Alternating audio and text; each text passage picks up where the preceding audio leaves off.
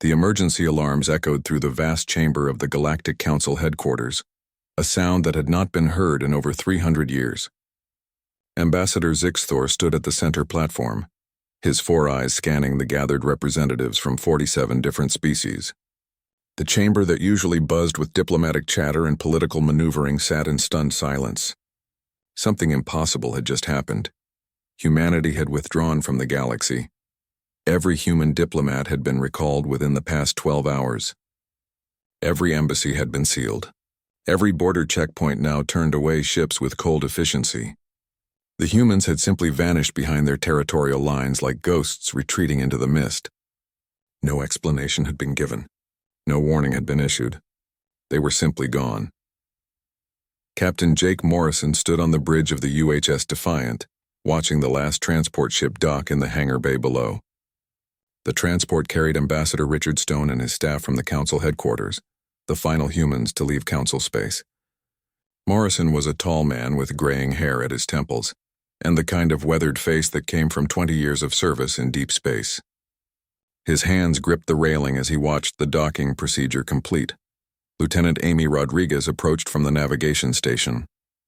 She was young for her rank, brilliant with stellar charts and jump calculations, but her face showed concern. She had friends among the alien species they were leaving behind, good people who would be confused by this sudden departure. "Sir, all personnel are aboard," she reported. "We have 143 civilians and 22 diplomatic staff. Ambassador Stone is requesting to speak with you." Morrison nodded and made his way to the conference room where the ambassador waited. Richard Stone looked exhausted. The man had spent 15 years building relationships with Council species, negotiating treaties, and fostering understanding between humanity and the galaxy. Now all of that work had been swept away in a single day. "Captain, do you know why we've been recalled?" Stone asked, his voice heavy with frustration. Morrison shook his head. "My orders came directly from Fleet Command. Retrieve all human personnel from Council space and return to Earth." No explanations were provided. Stone slumped in his chair. 15 years of work, Jake. 15 years of careful diplomacy. Whatever happened, it must be catastrophic. Back on Earth, President Helen Carter sat in the secure bunker beneath the United World Government headquarters. The room was small and windowless, lined with screens showing data feeds from across human space. Around the conference table sat the most powerful figures in human government and military leadership. Their faces reflected the gravity of what they were about to discuss. Director Paul Bennett of Human Intelligence Services stood at the head of the table. He was a thin man with sharp features and eyes that seemed to calculate every possibility simultaneously. He activated the holographic display and images filled the air above the table. 3 months ago, the colony world of New Denver stopped responding to routine check-ins. Bennett began. "We sent a scout ship to investigate. What they found was a population of 50,000 reduced to 1,200 survivors. The colonists had been exposed to biological agents. Not natural, not accidental, deliberately introduced." The room remained silent as Bennett continued. 2 weeks later, the colony on Riverside went dark. Then Jackson's world. Each time we found the same pattern. Biological testing, psychological experiments. Our people used as laboratory subjects. President Carter's jaw tightened. She had seen the reports, read the testimonies from the survivors. Children had been among the test subjects. Families destroyed, lives shattered. "We recovered encrypted communication devices from one of the sites," Bennett said, pulling up new data. "Our best cryptographers spent weeks breaking the encryption. What we found was communications between Council members. They were discussing humanity as a problem to be solved, a threat to be studied and controlled." General Linda Shaw, the head of Human Defense Forces, spoke up. "They authorized this? The Council leadership?" "Not all of them," Bennett replied. "But enough. High-ranking members from the Kryn Empire, the Valian Confederation, and at least 4 other major species. They viewed humanity's rapid expansion and technological development as a potential threat. They wanted to understand our limits, our weaknesses. They decided to find out through experimentation." President Carter stood, her voice cold and controlled. "We've been betrayed. Species we considered allies, partners we traded with, civilizations we respected. They saw us as lab animals, as problems to be managed." She looked around the table. "I've already given the order. All diplomatic staff recalled. All borders sealed. We will not participate in a galactic community that treats us as inferior. The vote was unanimous. On the Council homeworld, the representatives were beginning to understand the scope of the situation. Councillor Thexvar of the Kryn Empire stood at his platform, his reptilian features twisted in dismissal. "The humans are being dramatic," he announced. "They throw tantrums like children when they don't get their way. They will return when they realize they need us more than we need them." But Trade Minister Vorakas of the Pelian Assembly saw deeper. She pulled up economic data on her display screen, her tentacles trembling as she absorbed the information. Humanity controlled 17% of the galaxy's rare earth mineral production. Human factories produced 12% of all advanced manufacturing components. Human shipping lanes carried 23% of all interstellar cargo. "Councillor Thexvar," she said, her voice cutting through his bluster, "if humanity maintains this withdrawal for more than 6 months, 14 major supply chains will collapse. The economic damage will be catastrophic." Thexvar waved a dismissive claw. "Then they will return. They need our markets." Vorakas highlighted another section of data. Humanity has been stockpiling resources for the past 5 years. Every human colony is now self-sufficient. Their internal trade network can sustain their entire civilization indefinitely. We need them far more than they need us. The chamber fell silent as the implications settled over them like a heavy blanket. Ambassador Zixthor finally spoke, his voice grave. "We must understand what provoked this action. Send a diplomatic mission to human space. Request a meeting. We need answers." But even as he said it, Zixthor felt a cold certainty in his heart. He had heard rumors over the past year, whispers of unauthorized council projects, black budget operations that bypassed normal oversight. He had dismissed them as conspiracy theories. Now he wondered if he had been willfully blind. Captain Jake Morrison received the message from Council Space 3 days into their journey home. A Council diplomatic vessel was requesting permission to enter human territory to discuss the situation. Morrison forwarded the request to Fleet Command and received his response within minutes. "Denied." The message read, "All Council vessels are prohibited from entering human space until further notice. Use of force is authorized to enforce this directive." Morrison forwarded the denial to the Council ship and watched as it turned away from the border. There would be no negotiations, not yet. Not until the Council understood exactly what they had done. President Carter addressed the United World Government in a closed session, her words broadcast to every human world simultaneously. "We have discovered a betrayal that cuts to the heart of everything we believed about our place in the galaxy," she said. "Council members authorized experiments on our people. They treated us not as equals but as subjects to be studied. 3 of our colonies suffered unspeakable horrors. Thousands of our people died." She paused, letting the weight of her words sink in. "We will not return to the Council until justice is served. We will not negotiate with those who see us as inferior. Humanity stands alone now, but we stand strong. We stand together, and we will not bend." Across human space, the response was unified. Anger, yes, grief for the lost colonies, but also determination. Humanity had faced extinction before, had clawed their way up from a single world to dozens of thriving colonies. They had survived wars, plagues, and the harsh reality of space itself. They would survive this too. 2 months had passed since humanity closed its borders, and the galaxy was beginning to feel the consequences like a slow-moving avalanche that gained momentum with each passing day. The first signs appeared in the manufacturing sectors, where factories suddenly discovered that critical components were no longer available. Parts for faster-than-light drives, quantum processors for navigation systems, and specialized alloys for hull construction all came from human suppliers. Without them, production lines ground to a halt.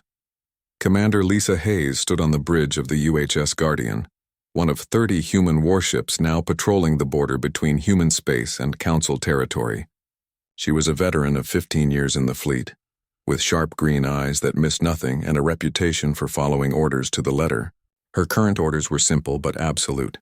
No Council vessels were to cross into human space under any circumstances. A Council diplomatic ship appeared on her sensors, broadcasting on all frequencies that it carried ambassadors seeking peaceful dialogue. The ship was unarmed, its shields lowered in a gesture of goodwill. Lisa watched it approach the border checkpoint and opened a communication channel. "Council vessel, this is Commander Lisa Hayes of the United Human Fleet," she said, her voice calm and professional. You are approaching restricted space. Turn back immediately. The response came quickly, the translator rendering the alien speech into smooth English. Commander, we carry diplomats authorized by the Council to negotiate with human leadership. We request safe passage to Earth. Lisa checked her tactical display. 3 more human ships had moved into position, forming a wall of steel between the Council ship and human territory. Request denied, she said. Turn back now. There will be no further warnings.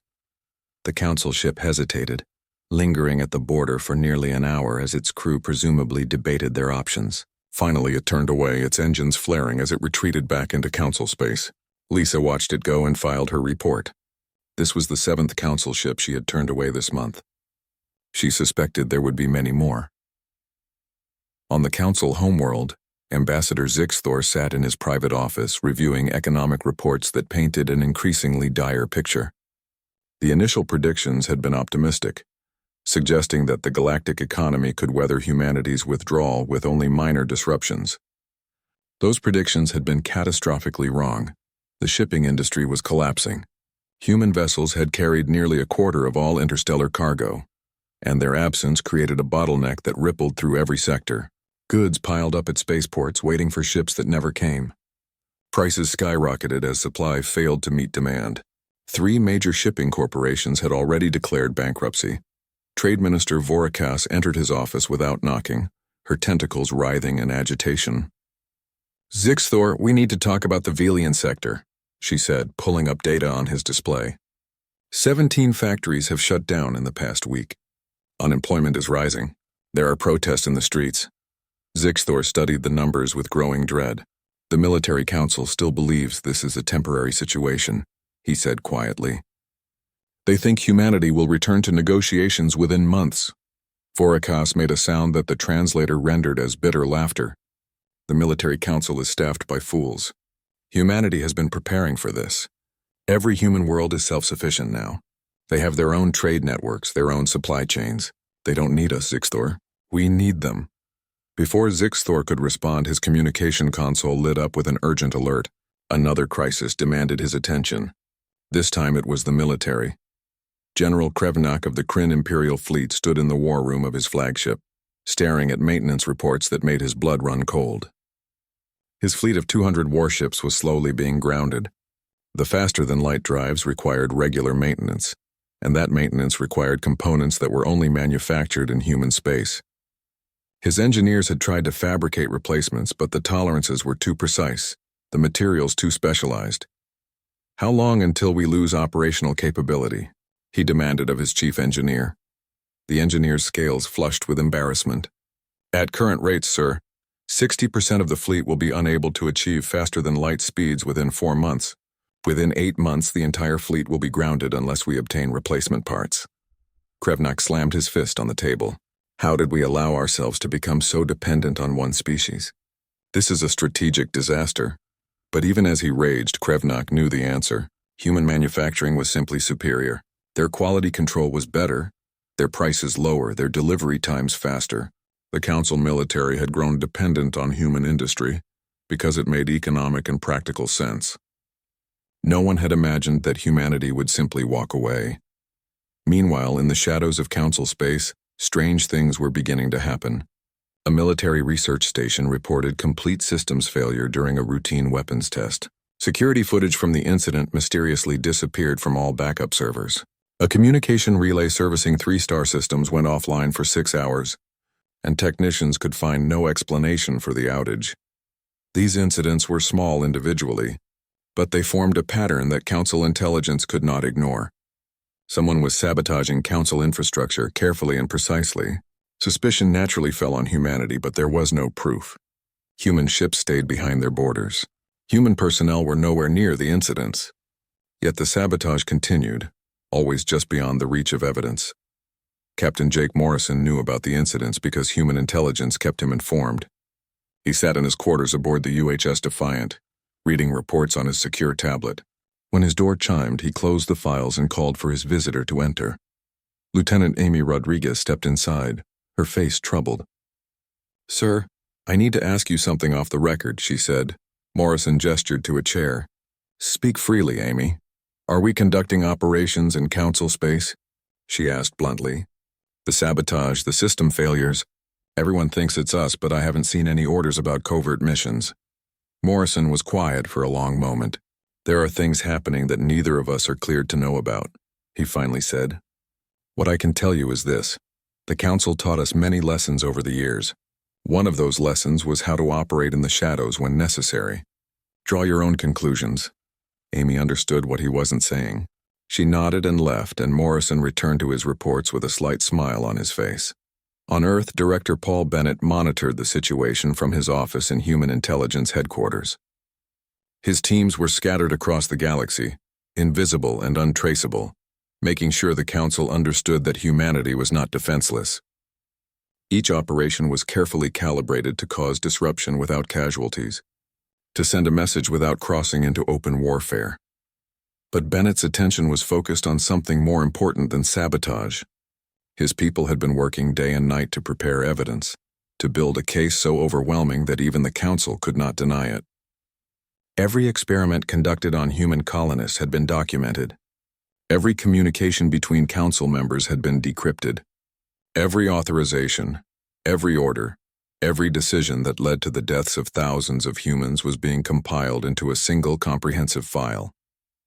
When the time came to release that evidence, the galaxy would see exactly what the Council had done. President Helen Carter received daily briefings on the galactic situation, watching as the Council slowly tore itself apart. Younger species were beginning to question the leadership openly. The economic crisis was fueling civil unrest on a dozen worlds. The carefully maintained facade of Council unity was cracking. How long do we maintain the isolation? General Linda Shaw asked during one such briefing. Carter considered the question carefully. Until they're ready to listen, she said. Until they understand that what they did was not a minor diplomatic incident, but a crime against an entire species. We will not return to business as usual. The galaxy needs to change, and if we have to burn down the old order to make that happen, so be it. Civilian engineer Danny Cooper worked in a facility on Mars, overseeing the final stages of humanity's independent trade network. The system was beautiful in its complexity, a web of shipping routes and supply chains that connected every human world without touching Council space. It had taken years to build in secret, prepared against the day when humanity might need to stand alone. We're ready, Danny reported to his supervisors. Every human colony has full access to resources and goods. We can maintain this indefinitely. The report was forwarded up the chain of command, eventually reaching President Carter's desk. She read it and felt a grim satisfaction. Humanity had planned for this possibility, and now that planning was paying off. They could wait as long as necessary. The Council could not. Commander Lisa Hayes received a new type of contact at the border. A small vessel, civilian registry broadcasting on emergency frequencies. She moved to intercept and found a ship carrying refugees from a Council world where food shortages had sparked riots. The occupants were not human, but they were desperate. Lisa made a decision that would set precedent for the months to come. This is Commander Hayes to refugee vessel. You are cleared to enter human space. Proceed to Station Mercy for processing. Welcome to humanity's protection. The message was clear. Humanity's quarrel was with the Council leadership, not with innocent civilians suffering from their mistakes. The fractures in the Galactic Council widened with each passing week, turning hairline cracks into chasms that threatened to swallow the entire institution. Trade Minister Vora Cass of the Pelian Assembly stood before her own government's Emergency Council, presenting data that showed her species faced economic collapse within 6 months if the situation with humanity continued. The Pelian worlds depended heavily on trade, and that trade had ground to a near standstill without human shipping and manufacturing. We cannot afford to wait for the Council to resolve this, Vora Cass said, her tentacles gesturing emphatically at the holographic charts floating above the table. Our people are suffering now. Businesses are closing. It. Aliens are going hungry. We must act independently. The head of the Pelian government, Chancellor Brektos, clicked his mandibles in thought. You propose breaking with Council policy? That could be seen as treason. I propose survival, Vora Cass replied. The Council leadership made decisions without consulting most of its members. They created this crisis. We should not be forced to suffer for their mistakes. The vote was close, but it passed. The Pelian Assembly would send a secret delegation to humanity, seeking a separate peace. Vorakas volunteered to lead it herself, knowing that if this mission failed, her political career would be over. If the situation deteriorated further, her life might be over as well. Ambassador Lisa Grant waited at Border Station 7, a neutral facility that technically belonged to neither human nor council space. She had been a diplomat before the withdrawal, one of the few who President Carter trusted to handle delicate negotiations. Now she represented humanity in its first official contact with a council species since the severing. The Pelian ship docked, and Vorakas emerged with a small delegation. Lisa studied the trade minister carefully, noting the signs of stress in her movements and the weariness in her eyes. This was not someone playing political games. This was someone desperate to help her people. "Minister Vorakas," Lisa said, extending her hand in the human gesture of greeting. "Thank you for coming." Vorakas touched Lisa's hand with one tentacle, mimicking the gesture as best her anatomy allowed. "Ambassador Grant, my people are suffering. I come seeking a solution that benefits both our species." They moved to a private conference room where Lisa laid out humanity's terms. The Pelian Assembly would publicly condemn the experiments on human colonies. They would provide testimony and evidence about council members who knew of or authorized these crimes. In exchange, humanity would resume limited trade with Pelian worlds and allow Pelian ships access to certain human shipping routes. "We are not asking you to betray the council," Lisa explained. "We are asking you to stand for what is right. The people responsible for those experiments must face justice." Vorakas reviewed the terms on her data tablet, her tentacles trembling slightly. "If we do this, other council species may retaliate against us. The Kryn Empire in particular has been very aggressive in demanding unity." "Then you will have to decide what matters more," Lisa said quietly. "Political convenience or moral courage? We understand this is not an easy choice, but it is the right one." The meeting lasted 6 hours. When it ended, Vorakas had agreed to humanity's terms. The Pelian Assembly would become the first council species to break ranks and seek independent relations with humanity. Captain Jake Morrison received new orders that changed everything. He was being reassigned from Border Patrol to lead a special investigation team. Their mission was to visit the 3 lost colonies and document everything they found. The evidence would be compiled into a comprehensive report that humanity planned to release to the entire galaxy. His ship, the UHS Defiant, arrived at New Denver 3 weeks later. The colony had been humanity's pride once, a thriving world of 50,000 people building a new civilization. Now it was a graveyard. Morrison walked through empty streets where buildings stood intact, but lifeless. His team spread out with scientific equipment, collecting samples and recording everything. Dr. Karen Phillips led the medical investigation team. She was a xenobiologist who had spent her career studying alien diseases and biological systems. What she found on New Denver made her physically ill. The colonists had been exposed to multiple biological agents over a period of months, each designed to test different aspects of human physiology and psychology. They were systematic about it, Karen told Morrison as they stood in what had been the colony's hospital. First they tested respiratory agents, then neurological ones, then agents that affected the immune system. They documented everything. These people died in agony while someone took notes. Morrison's jaw tightened. "How many survivors?" 1,200 out of 50,000, Karen said, her voice hollow. "Most of them have permanent damage. Neurological issues, organ failure, psychological trauma. The ones who survived did so because they had genetic variations that made them resistant." The council was trying to map human biological weaknesses. The investigation team spent 2 months on New Denver, then moved to Riverside and Jackson's World. The pattern was the same at each location: deliberate exposure to biological agents. Careful documentation. Thousands dead. The evidence was overwhelming and horrifying. Back on the council homeworld, Councillor Thexvar of the Kryn Empire grew increasingly frustrated with the situation. His species had once been among the most powerful in the galaxy, but their influence was waning as economic troubles mounted. He blamed humanity for this decline, convinced that the humans were deliberately trying to weaken the council to advance their own position. "They are playing us for fools," he told his advisors in a private meeting. "We sit here and wring our hands while they strengthen their position and weaken ours." We must show them that the Council is not powerless. His military advisor, General Krevnak, was more cautious. The humans have demonstrated capabilities we did not know they possessed. The sabotage incident suggests they have extensive covert operations. A military confrontation could be disastrous. Thexvar dismissed the concern with a wave of his clawed hand. They are bluffing. They have pulled back behind their borders because they are afraid of us. We need to call that bluff. A small operation. Something that sends a message without triggering a full war. Against the advice of more moderate voices, Thexvar authorized a covert strike on a human mining outpost in a disputed border region. The target was chosen carefully, far from major human populations and with minimal defenses. 50 Kryn special forces would destroy the facility and retreat before any human ships could respond. It would be quick, clean, and untraceable. The operation was a success in its immediate objectives. The mining outpost was destroyed, and the Kryn forces escaped without casualties.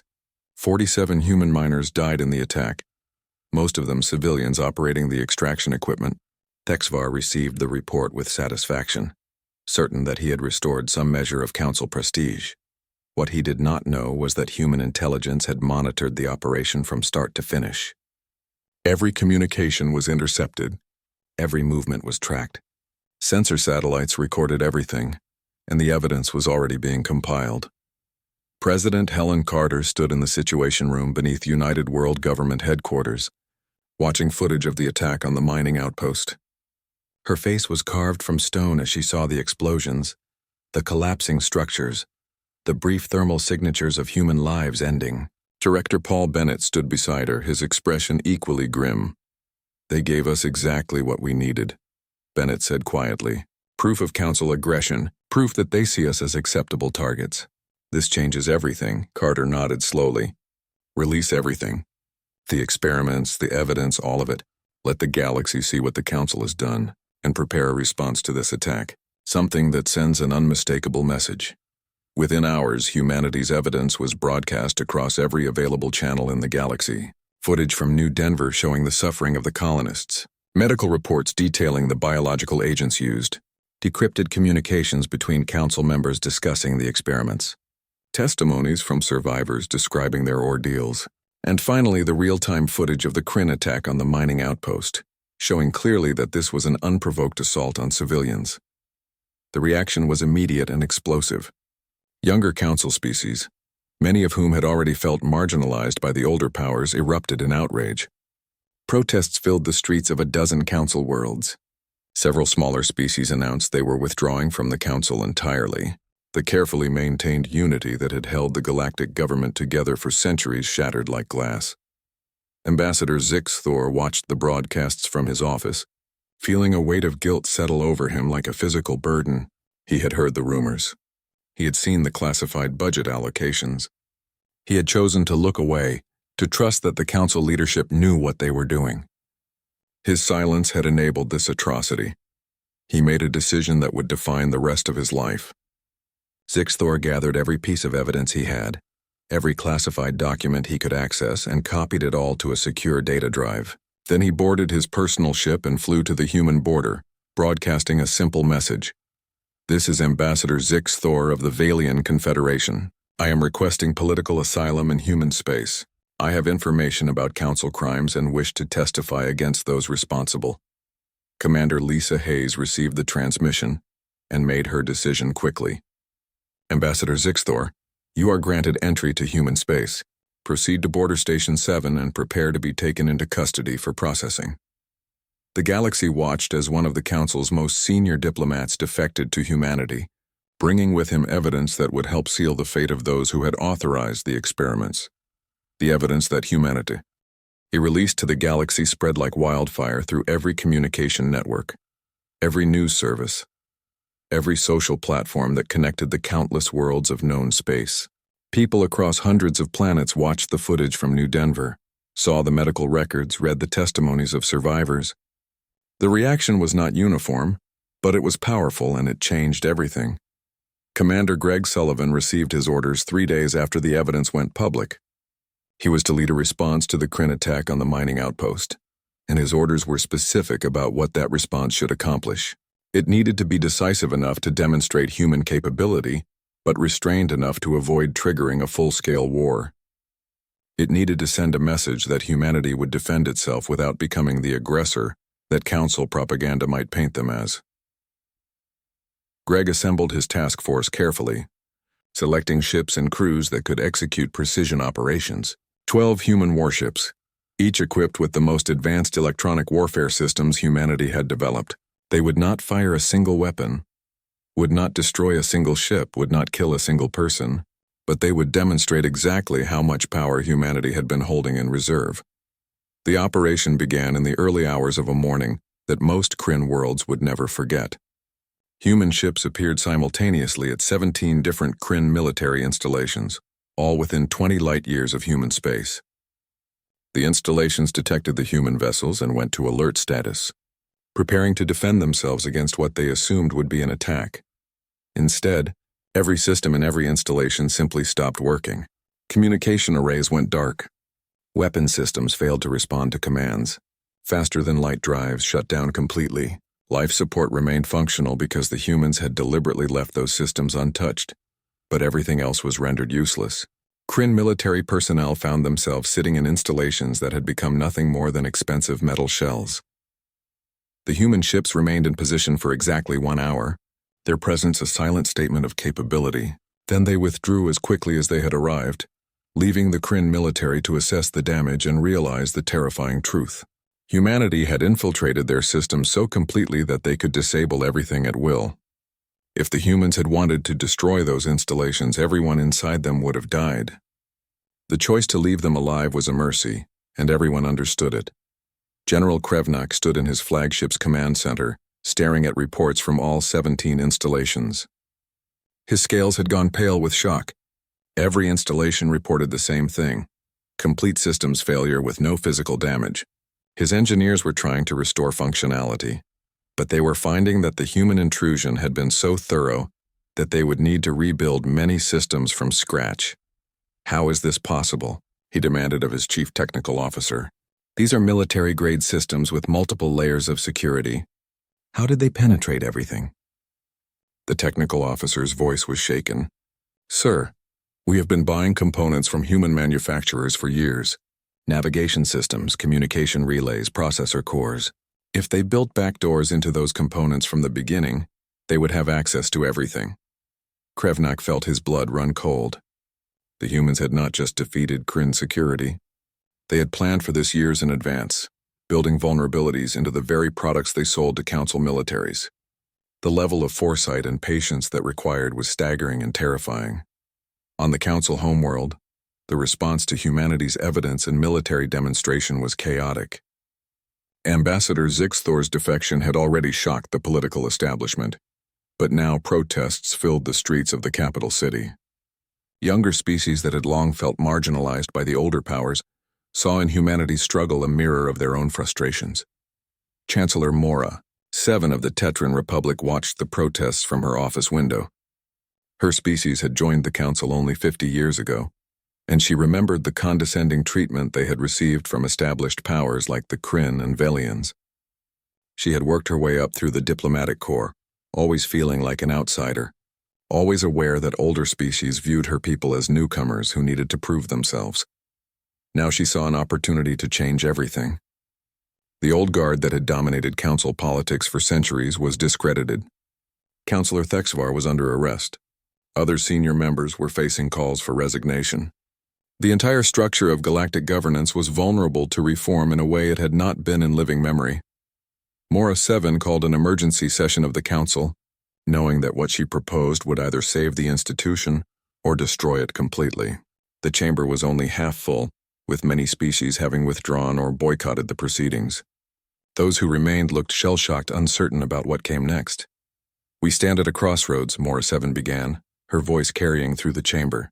"The Council has failed in its most fundamental duty. We allowed crimes to be committed against a member species. We tolerated corruption and abuse of power. We treated newer species as inferior, and used our authority for purposes that violated every principle we claim to uphold." She pulled up holographic displays, showing the evidence from New Denver. "Humanity trusted us, and we betrayed that trust. Now they have shown us that they do not need the Council. They can survive alone. They have the strength to defend themselves and the moral courage to demand justice. The question we must answer is whether the Council deserves to survive. Councillor Vexillar of the Mantrin Cluster, one of the few remaining senior members, spoke up. You suggest we simply surrender to human demands? Accept whatever terms they dictate? I suggest we acknowledge reality, Morris-7 replied. Humanity is not making unreasonable demands. They want accountability for crimes committed. They want structural reforms to prevent future abuses. They want to be treated as equals. These are not the demands of conquerors. These are the demands of people who refuse to accept injustice. The debate that followed lasted 18 hours. Some species argued for maintaining the old order, insisting that council authority could not be allowed to bend to pressure. Others supported reform, recognizing that the alternative was the complete collapse of galactic governance. In the end, a majority voted to support Morris-7's proposal for comprehensive restructuring. President Helen Carter received the Council's formal proposal in a secure communication. She sat in her office reading through the terms with Director Paul Bennett and General Linda Shaw. The proposal included everything humanity had demanded: independent investigations into the experiments, prosecution of those responsible, structural reforms to Council governance, and formal recognition of humanity as an equal power with permanent representation on key committees. They are serious about this, Paul observed. Morris-7 has put her entire political career on the line. If we reject this, the Council probably collapses completely. Helen considered carefully. What do our people want? What do the survivors want? General Linda spoke quietly. The survivors want justice. They want to know that this will never happen again. They want the galaxy to remember what was done to them. Then we will accept, Helen decided. But we will insist on conducting the prosecutions ourselves on Earth, where we can ensure they are fair and transparent. The galaxy will watch, and they will see that humanity does not seek revenge but justice, Captain. Amy Rodriguez was promoted to full captain and given command of the human delegation that would escort Council investigators to the lost colonies. It was delicate work, allowing outsiders into human space to examine evidence while ensuring they could not gather intelligence for future operations. Amy approached the task with the careful precision that had defined her career. The Council investigators were a mix of species, carefully selected to represent different perspectives. They arrived at Haven, the former New Denver, with scientific equipment and recording devices. Amy watched them work, documenting everything they found, interviewing survivors, collecting samples. Their faces showed increasing horror as they understood the scale of what had been done.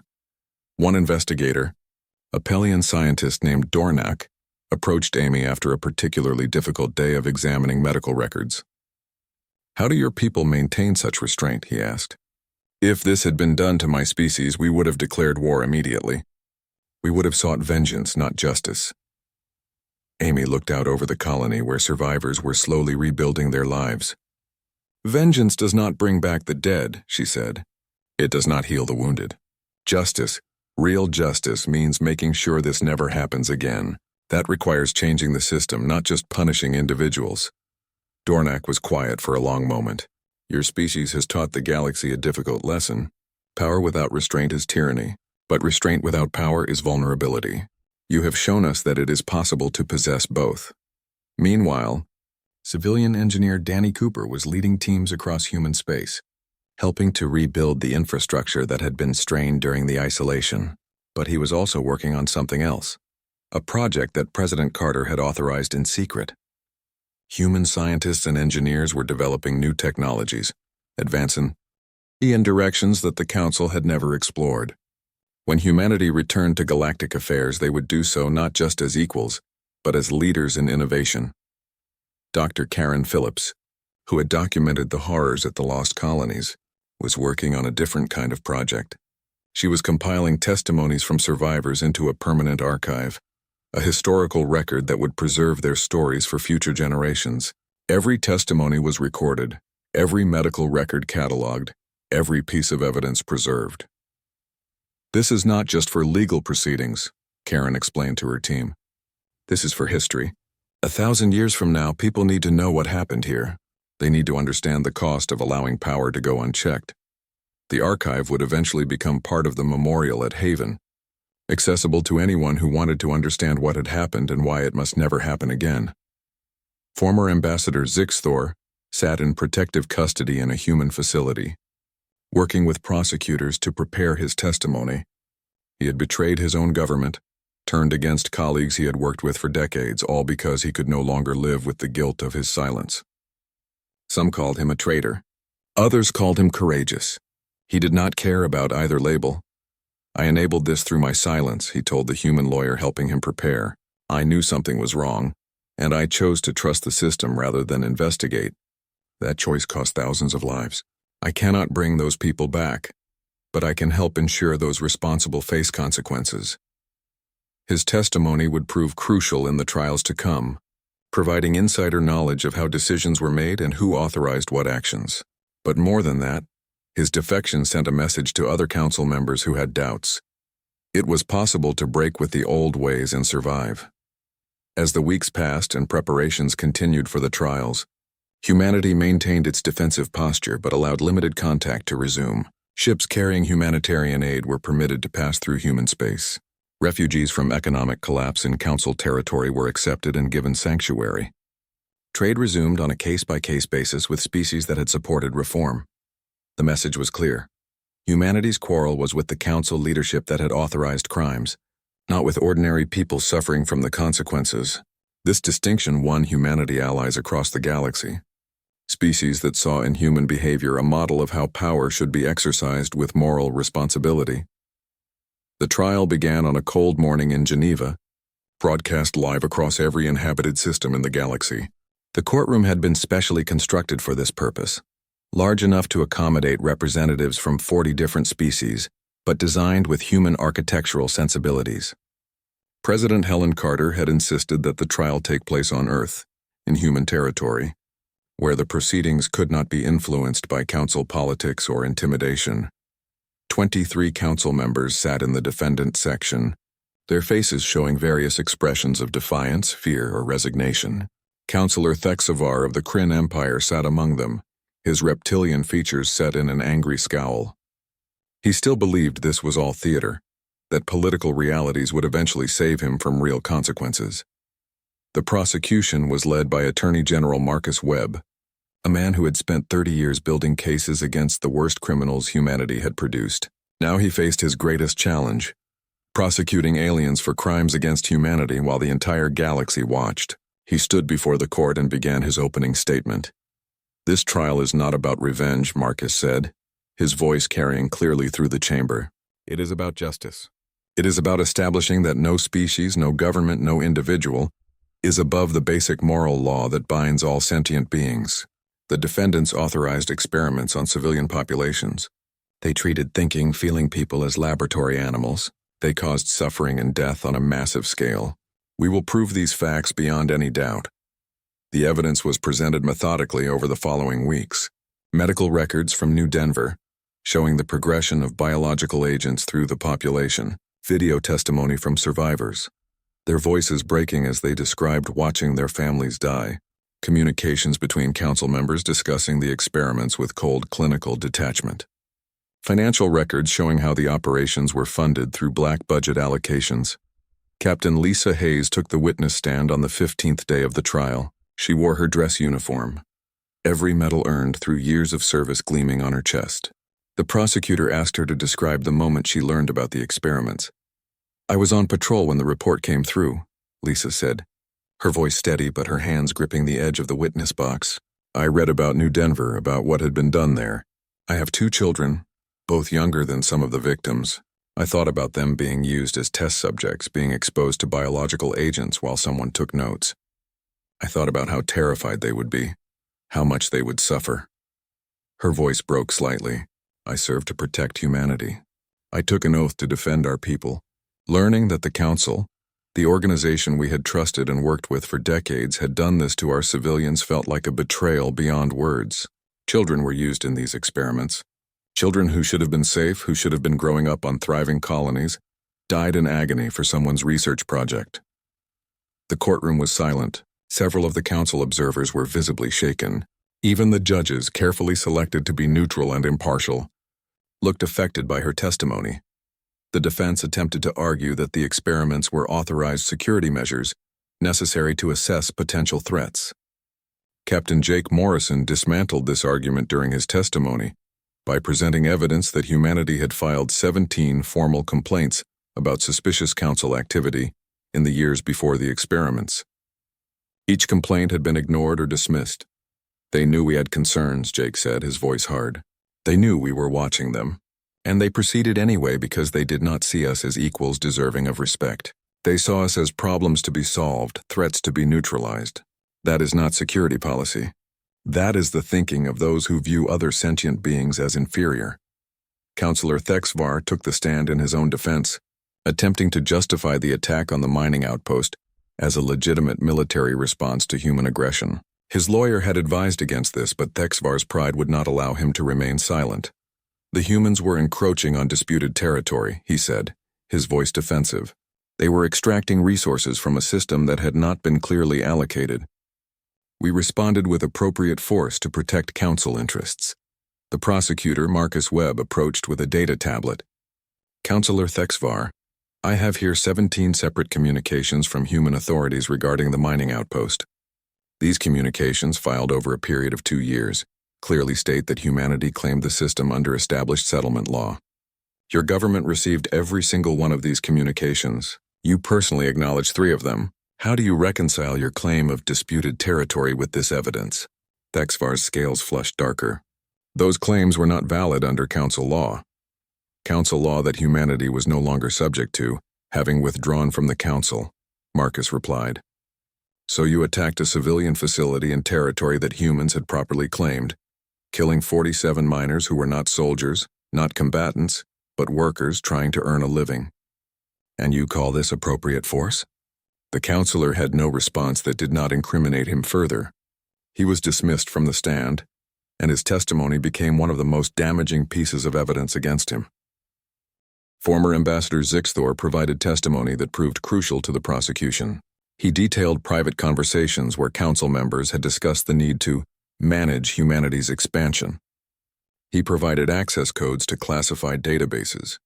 He explained how the experiments were authorized through emergency security provisions that bypassed normal oversight. I knew something was wrong, Zixthor said, his 4 eyes downcast. I heard the whispers, saw the classified budget allocations. I told myself that the council leadership knew best, that they would not authorize anything truly wrong. I was a coward. I chose my career over my conscience, and thousands died because people like me looked away. His testimony was painful to watch, but it was also comprehensive and devastating. The defense had no effective response to an insider who knew where all the secrets were buried. The verdicts came after 2 months of testimony. The judges deliberated for 3 days, reviewing thousands of pages of evidence and hundreds of hours of testimony. When they returned, the chief judge, a human woman named Patricia Lane, read the verdicts with a voice that carried the weight of history.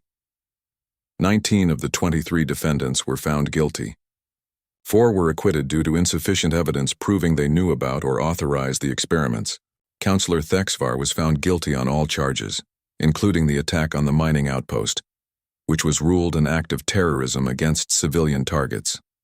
The sentencing took another week. Thexvar received life imprisonment without possibility of parole, to be served in a human maximum security facility. He was also personally required to pay reparations to the families of every miner killed in the attack. Other guilty council members received sentences ranging from 20 years to life, depending on their level of involvement. Chancellor Mora VII of the Tetran Republic, who had led the Reformed Council through the crisis, addressed the galaxy in a broadcast from council headquarters. She was a younger leader, her species having only joined the council 50 years earlier, and she represented a new generation that was horrified by what the old guard had done. Today, justice was served, Mora VII said, but justice is not enough. The Galactic Council failed in its most basic duty, which is to protect all species under its authority. We failed humanity. We allowed arrogance and fear to override our principles. The Council must change fundamentally, or it should not exist at all. She outlined a series of reforms that would reshape the galactic government: mandatory transparency in all council operations, independent oversight committees with real authority, Equal representation for all member species regardless of age or size. A council security committee that would include rotating members from younger species, with veto power over military operations. And humanity, Morissevin continued, will be invited to return not as junior members, not as species to be managed, but as full equals with a permanent seat on the security committee. They have earned this through their courage and their unwillingness to accept injustice. President Helen Carter responded to the offer in an address to both humanity and the galaxy. She stood at the podium in the United World Government Assembly, her posture straight and her voice clear. Humanity will return to the galactic community, she said. But we return changed and we return with conditions. We will maintain our independence and our right to self-defense. We will never again place our trust in any government that does not earn that trust through actions, not words. The memorial for New Denver will become a permanent installation, open to all species, so that no one forgets what happens when power is exercised without accountability. Trade resumed gradually over the following months. The Pelian Assembly, which had stood with humanity during the crisis, received preferential trade agreements and technology-sharing arrangements. Other species that had supported reform were welcomed back into human space. Those that had remained silent or supported the old council leadership found human merchants less eager to deal with them. On the rebuilt colony world of New Denver, now renamed Haven, survivors gathered for the dedication of the memorial garden. The settlement had been reconstructed, but the population was still small, still healing. Captain Amy Rodriguez attended the ceremony. Standing among the crowd as the new governor, a survivor named Linda Price spoke. Linda had lost her husband and 2 children in the experiments. She walked with a cane now, her nervous system permanently damaged by the biological agents, but her voice was strong as she addressed the assembly. "We do not build this memorial out of hatred," Linda said. "We build it so that we remember. We remember what happened here. We remember those we lost, and we remember that justice is possible when people refuse to look away from evil. This garden will bloom with flowers from every human world and plants gifted by our alien allies. It represents life continuing, growing from the soil of tragedy." The garden featured a central monument, a simple black stone wall with the names of all 50,000 original colonists carved into its surface. Those who died were marked with dates. Those who survived had their names marked with a small star. Only 1,200 stars dotted the wall, small lights in an ocean of loss. Commander Greg Sullivan addressed the graduating class of the Human Fleet Academy 6 months after the trial concluded. The auditorium was filled with young officers who would shape humanity's future in the galaxy. Greg had been promoted to admiral after his successful operations during the crisis, and now he stood before these cadets with both pride and concern. "You enter service in a different galaxy than the one I joined 20 years ago," he told them. "Humanity is no longer the junior species seeking acceptance. We are a recognized power, respected and sometimes feared. This brings responsibility. Strength without wisdom is tyranny. Wisdom without strength is vulnerability. You must cultivate both." He paused, looking across the sea of young faces. "We did not seek the confrontation that defined this past year. We did not want to stand alone. But when we discovered that those we trusted had betrayed us, we did not hesitate. We withdrew. We prepared. We gathered evidence. And when the time came, we demanded justice and we backed that demand with strength." The cadets listened with absolute attention. They had all studied the crisis as part of their training, but hearing it from someone who had lived through it carried different weight. "You will face difficult decisions in your careers," Greg continued. "You will encounter species that respect us and species that resent us. You will see injustice and have to decide whether to act. Remember this, we are humanity. We stand together. We stand strong, and we stand ready for friendship or for defiance as the galaxy chooses." The graduating class stood as one, saluting sharply. Admiral Greg Sullivan returned the salute, seeing in their faces the future of humanity among the stars.